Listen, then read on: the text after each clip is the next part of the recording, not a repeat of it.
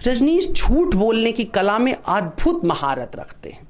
रजनीश बहुत ही कंजर्वेटिव व्यक्ति है, बहुत कंजर्वेटिव।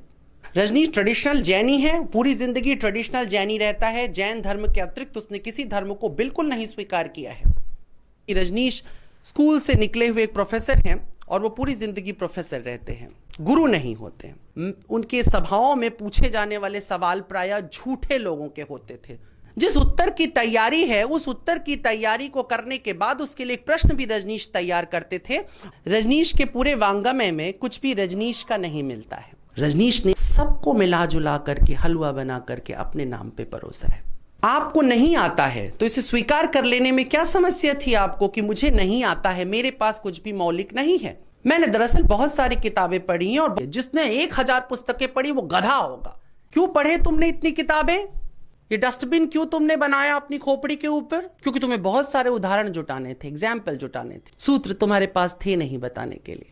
ये प्रिटेंड करने में रजनीश की बहुत रुचि थी कि कृष्णमूर्ति पे जो बुद्ध नहीं आ सका, दरअसल वो बुद्ध मुझसे आकर के गुजरा और बाद में बाकायदा वो इसे बताते हैं कि बुद्ध मुझे मिला था और मैंने बुद्ध को तृप्त करके छोड़ दिया। What the hell you are talking. Krishnamurti भी फॉलोइंग चाहते थे, लेकिन उस कदर वो पागल नहीं थे फॉलोअर्स बनाने के लिए जिस तरह से कि रजनीश थे। आप ये दावा करते हैं कि मैं इस जीवन में अखंड ब्रह्मचारी हूं, मैंने इस जीवन में स्त्री को स्पर्श नहीं किया। स्त्रियां मेरे आसपास रही हैं, मेरी मित्रता उनसे रही है, लेकिन मैंने स्पर्श नहीं किया। कौन प्रमाणित करेगा? किस अग्नि परीक्षा में बैठ करके आपने इसे प्रमाणित किया था? क्योंकि अगर आप बुद्ध थे तो शीला को इतना तो बुद्धि दे देते कि वो बुद्ध के विषय में ऐसा ना बोलती। वो आपको गालियां देते हुए, आपको धोखा देते हुए रजनीशपुरम से फरार हो जाती है। आप रोते हैं। रजनीश की जिंदगी का वाक्या है, वो रोते हैं। आप नदी को, बाढ़ वाली नदी को आप कूद करके 2 किलोमीटर तक तैर करके कई बार पार करते थे। अरे यार, लिमिट होती है। इतना तो हिंदी फिल्मों में मनमोहन देसाई नहीं झूठ बोलता था। प्रणाम मित्रों। कंपटीशन के इस ज़माने में और सोशल मीडिया के इस दौर में हर कोई फेमस होना चाहता है, और न केवल फेमस होना चाहता है, दूसरे से आगे निकलना चाहता है। यही बात मैं आज बताने वाला हूँ कि किस तरह लोग ओशो के नाम का प्रयोग करके, बल्कि उनकी निंदा करके, उनकी बुराई करके, उनकी जगह जगह बातों को तोड़ मरोड़ करके जब बोलते हैं तो वो अपने आप को फेमस करना चाहते हैं। अब आप कहेंगे स्वामी जी कि अब बुराई कर रहे हैं तो करने दीजिए, ओशो को जब इस बात की चिंता नहीं थी तो आप क्यों चिंता कर रहे हैं? ठीक कह रहे हैं, मुझे भी कोई फर्क नहीं पड़ता, क्योंकि ऐसे लोगों को कहते हैं ना कि कुछ कुत्ते भौंकने के लिए होते हैं, तो उनका काम भौंकना है। लेकिन कभी कभी बात ज़रूरी हो जाती है जब वो अतिक्रमण पर चली जाती है। तो ऐसी फेहरिस्त में एक नाम है, ओमा दी अक। जी हाँ, आप स्क्रीन पे देख सकते हैं, ये एक शख्स है। इसकी वीडियो एक है जो बहुत ज़्यादा वायरल हो रही है। अब इसने क्या किया है, अपने इस वीडियो में इसने ओशो पर खुल के बुराई करी है। ठीक है जी, बुराई करिए, आपके पास चैनल है, आपके पास कैमरा, आप कुछ भी कर सकते हैं, बट अपनी औकात तो देखिए, अपनी हैसियत तो देखिए, आप क्या बोल रहे हैं, किस पर बोल रहे हैं। आप ये ऐसे ही जैसे जो ऊपर थूकता है उसके मुंह पर ही आता है।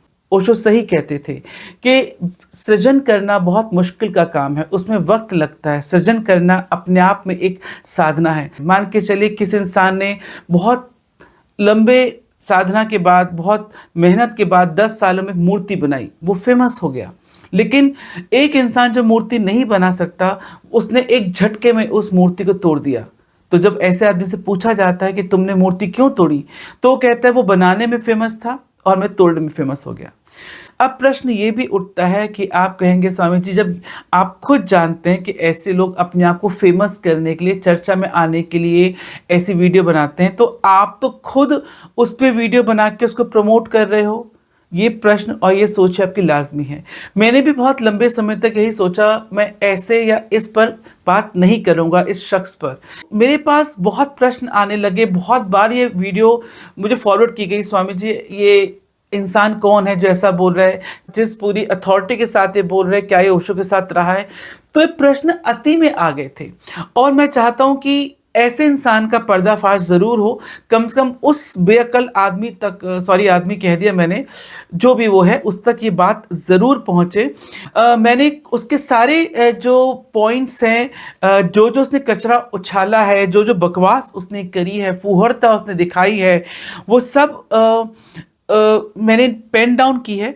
मैं चाहता तो उसके वीडियो के टुकड़े दिखा दिखा के कि उसने क्या कहा है आपको मैं शो करता, लेकिन मैं सिर्फ उसके टुकड़े ही दिखाऊं और फिर मैं उसको जवाब दूं तो शायद ये 2 घंटे की वीडियो हो जाए।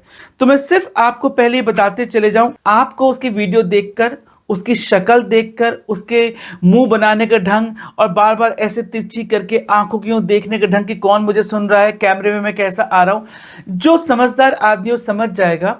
ओशो कहते थे मुझे पचाना आसान नहीं है, और ये वही शख्स है जो ओशो को पचा नहीं पाया। और जब हमें कुछ पचता नहीं है तो हम उल्टी कर देते हैं, क्या कर देते हैं।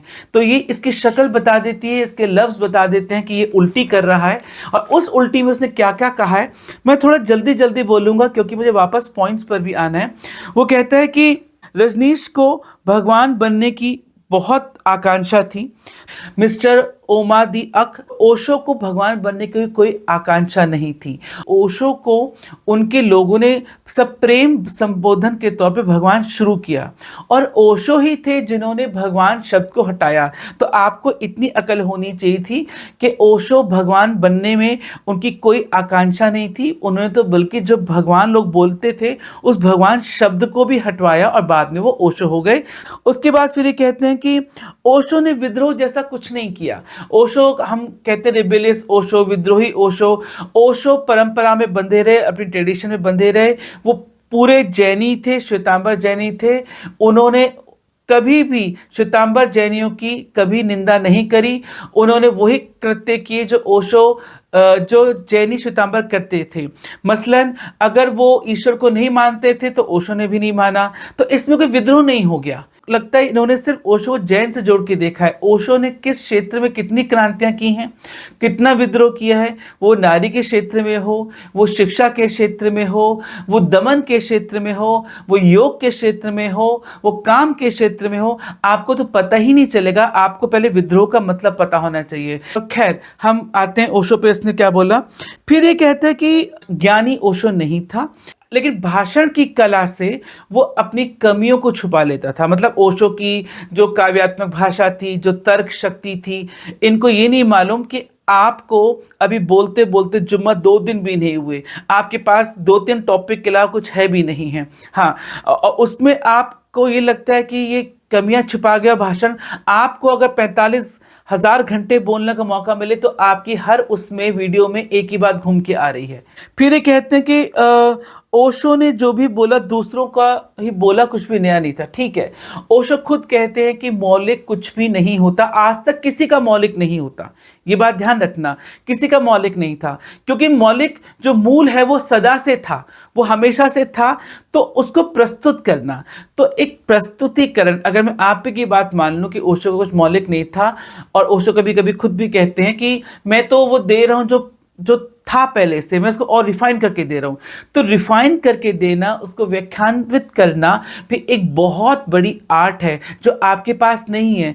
एक ही गीता को 1000 लोग पढ़ते हैं, लेकिन उस गीता को कुछ लोग ऐसे व्याख्यान्वित करते हैं, इंटरप्रिटेट करते हैं कि वो आपके जीवन में उतर जाती है। गुरु क्या है, शिष्य क्या है, काम क्या है, प्रेम क्या है, ध्यान क्या है, और जो इतने सारे संतों पे बात की, ये तो बहुत आराम से आपने कह दिया मिस्टर ओमा दी आक कि ओशो ने तो सिर्फ क्या नाम है अभिव्यक्त किया है।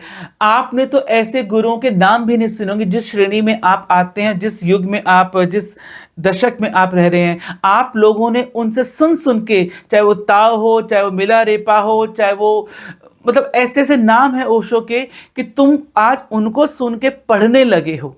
तब तुम्हें लगता है कि ये सब ओशो ने, ठीक है धाती किसी की नहीं होती, लेकिन मुखरित करना और ऐसे व्याख्यान्वित करना कि वो किसी का अपना सगा हो जाए और जीवन रूपांतरित हो जाए, आप ही कर दो। आपने कभी अपनी जो तुम पोस्ट डालते हो उसके नीचे छिछोरे लोगों के कभी कमेंट सुने जो आप डिलीट कर देते हो? जरा देखना, फेसबुक पे देखो आपके चेहरे को, आप व्यक्तित्व को देख के लोग किस ढंग का कमेंट करते हैं।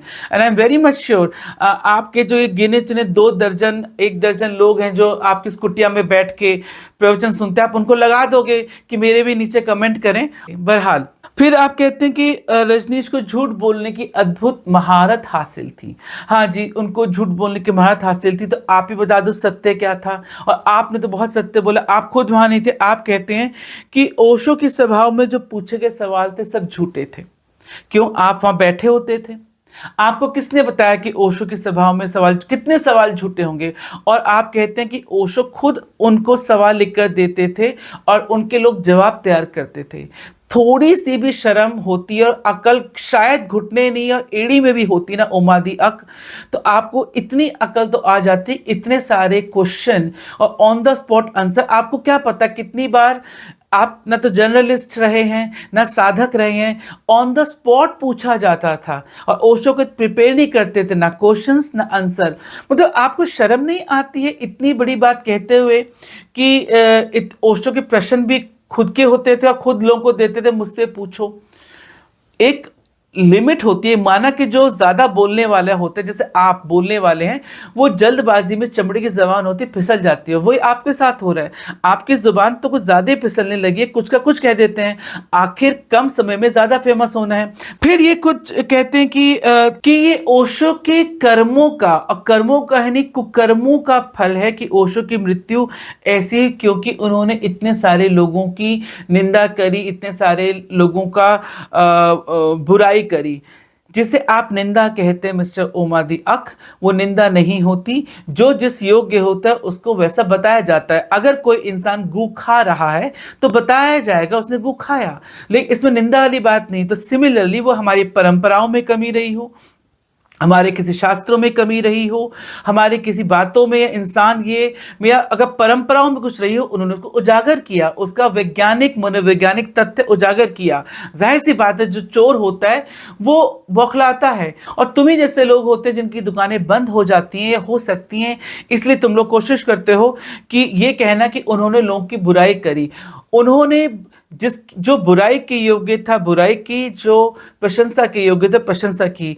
आपने शायद उनकी 10% वीडियो भी नहीं देखी, क्योंकि अगर आपने देखी होगी तो आप जानेंगे ओशो ने यदि तारीफ की है तो एक एक्सट्रीम पे जाके तारीफ की जो योग्य थे, और ऐसे ऐसे लोगों को जिसे लोग जानते भी नहीं थे। और जहां निंदा की बात हो, निंदा नहीं, उन्होंने उनके व्यक्तित्व का, उनकी चीजों को उजागर किया। अब ऐसे इंसान को शराबी पीना बताया जा रहा है, अब उसको बुरा लग रहा है, लेकिन सत्य बोला जा रहा है। तो ओशो ने किसी की निंदा नहीं की, ओशो ने सत्य बोला। हाँ, वो अलग बात है कि सत्य को पचाना आसान नहीं, और आप भी शायद उसको नहीं पचा पाए, क्योंकि आपको भी ऐसे ही लोग पसंद है जो आपकी पैरवी करें और आपकी हाँ में मिलाएं। लेकिन ओशो को कभी परवाह नहीं थी कि उनके साथ कितने लोग हैं, लोग क्या कहते हैं, लोग क्या सोचते हैं। उन्होंने इस बात की कभी परवाह नहीं करी। उसके बाद ये बात तो मुझे बहुत ही अजीब लगी जब ओमा दियक कहता है कि ओशो ने इतना सारी पढ़ाई क्यों करी, डस्टबिन सर पे क्यों बनाया। मतलब कहते हैं ना कि नीच पने की जो हद होती है वो ये देखिए, ये ओमा दियक कहते हैं कि ओशो ने अपने सर पे डस्टबिन क्यों बनाया। तुम सब लोगों को, श्रोताओं, तुम्हें हंसी आएगी, ये वो इंसान कह रहा है जिसने अपनी एक किताब भी शायद ढंग से नहीं लिखी। इन्होंने वाणी प्रकाशन से अपने दम पर पुस्तक छपाई है, उन्होंने नहीं छापी, और किताब की कॉस्ट है 25,000 रुपये, और किताब का नाम है महंगी किताब।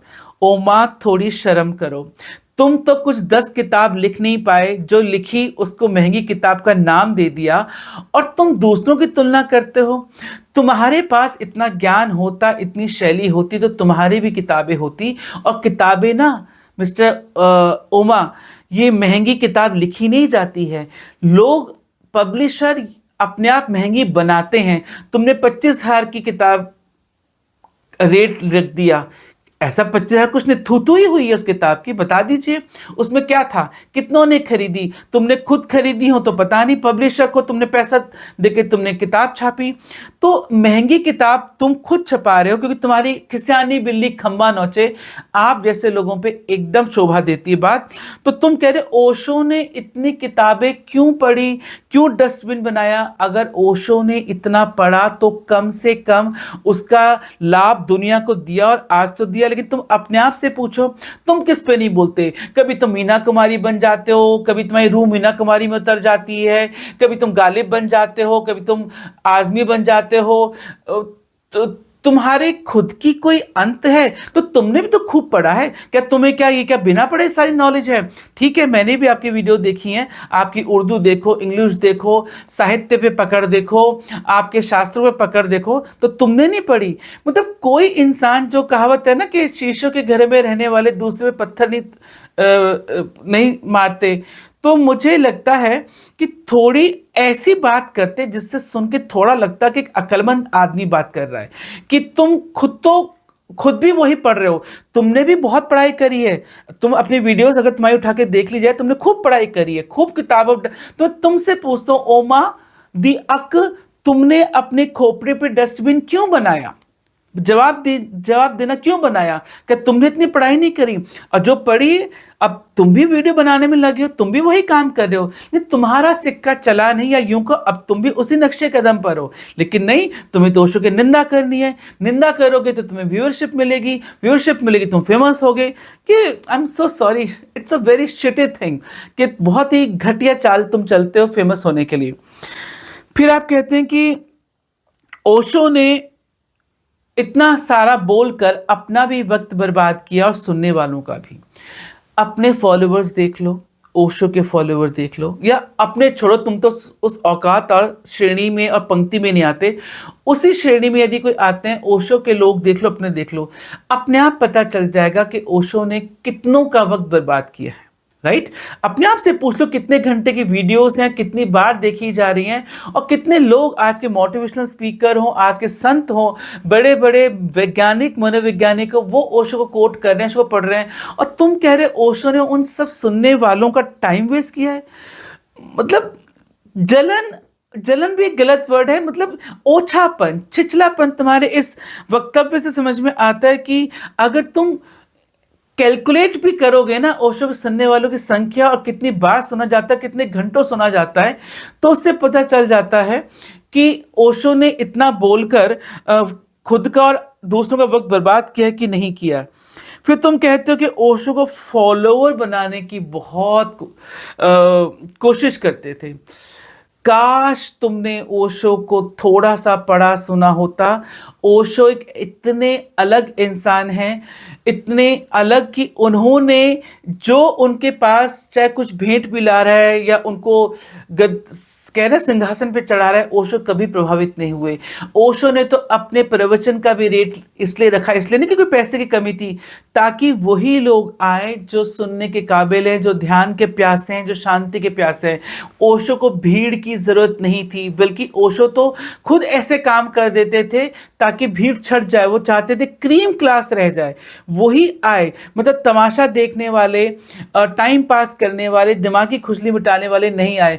अगर ऐसा होता तो ओशो नेताओं से भी बना के रखते, उनकी चापलूसी करते, धार्मिक संतों से बना के रखते, उनकी चापलूसी करते, तो ओशो को फॉलोअर्स की कमी नहीं थी।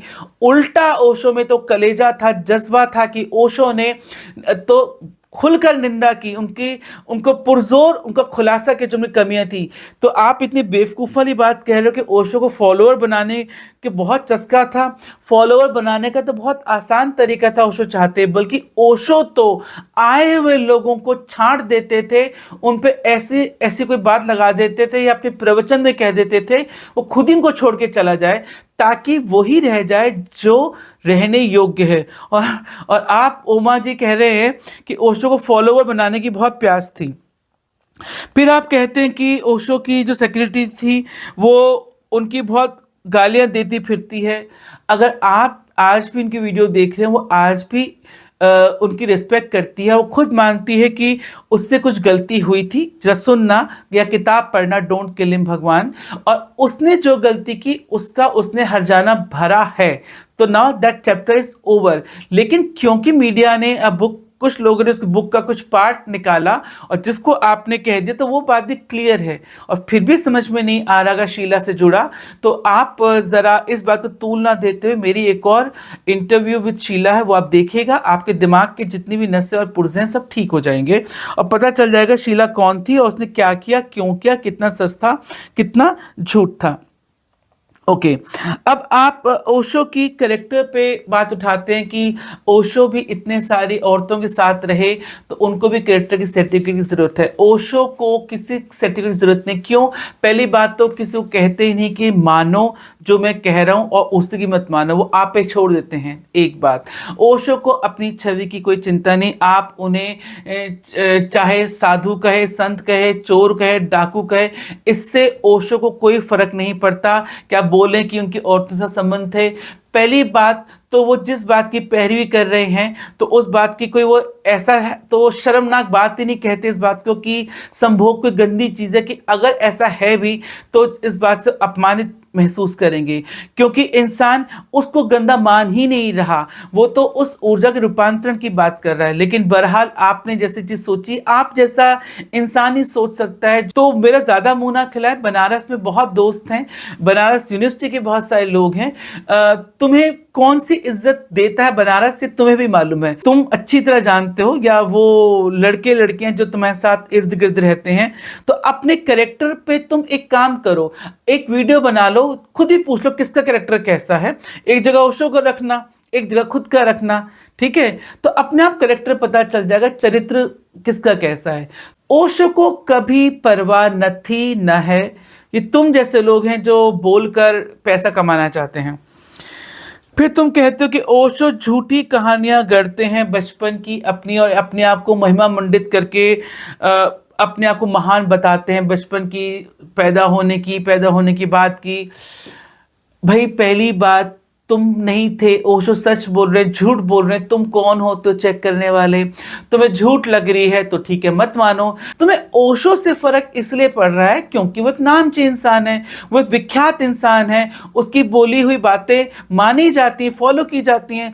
तुम्हारा कुछ हो ही नहीं रहा अदाएं दिखाने के बाद भी, तो बेस्ट है कि ओशो को छील डालो, ओशो को उछालो ताकि तुम फेमस हो जाओ। उन्होंने बचपन में क्या देखा क्या नहीं देखा, उफनती नदी में कूद जाते थे, 2 किलोमीटर तैर जाते थे। क्यों भाई? तुम्हें क्या तुमने कभी अच्छे स्विमर नहीं देखे? आपको तो शर्म आनी चाहिए, लोग 4-4 किलोमीटर तैर जाते हैं। मतलब तुम हर बात में अपना मजाक क्यों उड़ाते हो उमा, कि 2 किलोमीटर आदमी तेज तो नदी में तैर नहीं सकता। भैया किसी उससे बात मत कर लेना, स्विमर से जो पूरा एक चैनल पार कर जाते हैं पूरा। और तुम कह रहे हो कि ओशो झूठ बोलते हैं, मैं कहता हूँ झूठ भी बोलते हैं तो तुम्हें नहीं पच रहा तो तुम शांत बैठो, लेकिन तुम्हें तो कोई ना कोई बात उठानी है। तो स्वर्णिम बचपन में ओशो ने क्या कहा क्या नहीं कहा वो उनका निजी जीवन है। उन्होंने कहा, उन्होंने अपने किसी सन्यासी को, प्रेमी को, लोग को ये भी नहीं कहा कि जो मैं बोल रहा हूँ तुम मानो, हमको कभी नहीं कहा, तो तुमको भी नहीं कहा तुम इस कान से सुनो उस कान से निकालो। लेकिन नहीं, तुम दोनों कान से सुनोगे, बीच में ये होठ भी तो मिले हैं, तुम जब तक बोलोगे नहीं तब तक तुम्हें चैन कहाँ से पड़ेगा। और ये वीडियो बोल के चैन तुम्हें शायद पड़ गया होगा, लेकिन गालियां कितनी पड़ रही हैं वो तुम खुद देखते हो कमेंट में। फिर उसके बाद तुम कहते हो कि मौन पर कभी बोला नहीं जा सकता, प्रेम पर बोला नहीं जा सकता। ओशो ने बहुत बड़ी मूर्खता की, मैं खूब निंदा करता हूं कि उन्होंने प्रकाश पे बात करनी चाहिए। प्रकाश तो अपने आप में प्रमाणित है, मौन तो अपने आप में सबूत है, उस पर बोला नहीं जाता, मौन हुआ जाता है। ओशो मूर्ख है, रजनीश मूर्ख है जो उसने बोला। देखो भैया, कृष्ण ने भी अपना विराट रूप अर्जुन को दिखाया, लेकिन विराट रूप देखकर कृष्ण को समझ में नहीं आया। लेकिन फिर भी कृष्ण को बोलना पड़ा, भगवान कृष्ण बोले तब समझ में आया। सदियों से ऐसा होता रहा है। ओशो खुद कहते हैं मैं बोलना नहीं चाहता, लेकिन तुम्हारे कारण, मतलब इंसान के कारण, क्योंकि इंसान शब्दों से बंधा है, भावनाओं से बंधा है, तो उसके लिए मुझे बोलना पड़ता है। और ये युगों से होता आया है, ना चाहकर भी गुरुओं को, सदगुरुओं को इशारा करना पड़ता है, बोलना पड़ता है। और तुम कह रहे हो कि ओशो मूर्ख है जो मौन पर भी बोलने की कोशिश कर रहा है, मौन पर तो मौन हुआ जाता है। तो तुम क्या कर रहे हो? तुम तो चलो ओशो ज्ञानी थे मिस्टर ओमा जी, तुम तो ज्ञानी हो, तुम भी उसी मौन को बोलकर ही बता रहे हो।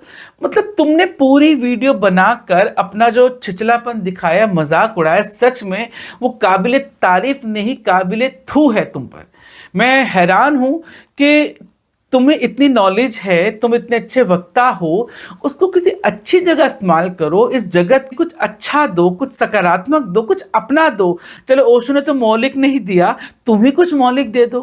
क्यों ये छीटाकशी करने पर लोगों की ऐसे तुम शॉर्टकट अपना रहे हो? ध्यान रखना अख, शॉर्टकट यानी शॉर्ट लाइफ।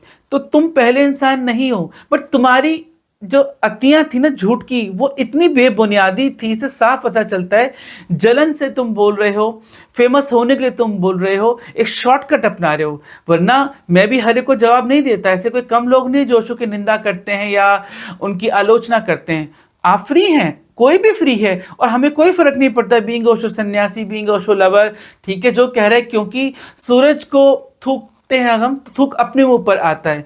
लेकिन तुमने तो जो इतनी सारी बातें कही, उसमें थोड़ा सा भी कुछ बुद्धिमत्ता होती, बुद्धिमत्ता सोचमत्ता होती तो भी अच्छा लगता। तुमने जो अपना मजाक उड़ाया इस वीडियो को बना के, मुझे लगता है कि तुम्हें सोचना चाहिए। और बाकी मेरे लोगों से अनुरोध है कि ऐसे लोगों को माफ करो जो मुझे बार बार वीडियो भेजते हैं, बोलते हैं स्वामी जी कौन है ये, क्यों बकवास करता है, पहली बात हमें समझ नहीं आता ये है कौन, किस श्रेणी में आता है। तो ठीक है, मेरा उन सब मित्रों से, श्रोताओं से निवेदन है, ओशो को लोग जो समझ नहीं पाते, पचा नहीं पाते, सत्य के साथ नहीं उतर पाते, वो यही हरकत करते हैं जो कर रहे हैं। ठीक है, ऐसे लोगों को बोलने दो। सोशल मीडिया का ज़माना है, इन्हें लगता है कीचड़ उछाल के ही फेमस होते हैं, इनको होने दो। बट ओशो का कभी भी कोई बाल ना बांका तब हुआ था ना आज होगा, बल्कि आज तो ओशो और भी ज़्यादा फेमस हैं, उपलब्ध हैं, स्वीकार्य हैं। तो आशा है उन मित्रों को जिन्होंने मुझको इस वीडियो पर वीडियो बनाने के लिए कहा था, उन्हें उत्तर मिला होगा। और इस बात को अगर ओमा तुम देख रहे हो तो शायद ओशो को थोड़ा सा सुन लेना, पढ़ लेना, अगली बार अपना मजाक मत उड़वाना। इस वीडियो को देखने के लिए बहुत बहुत धन्यवाद।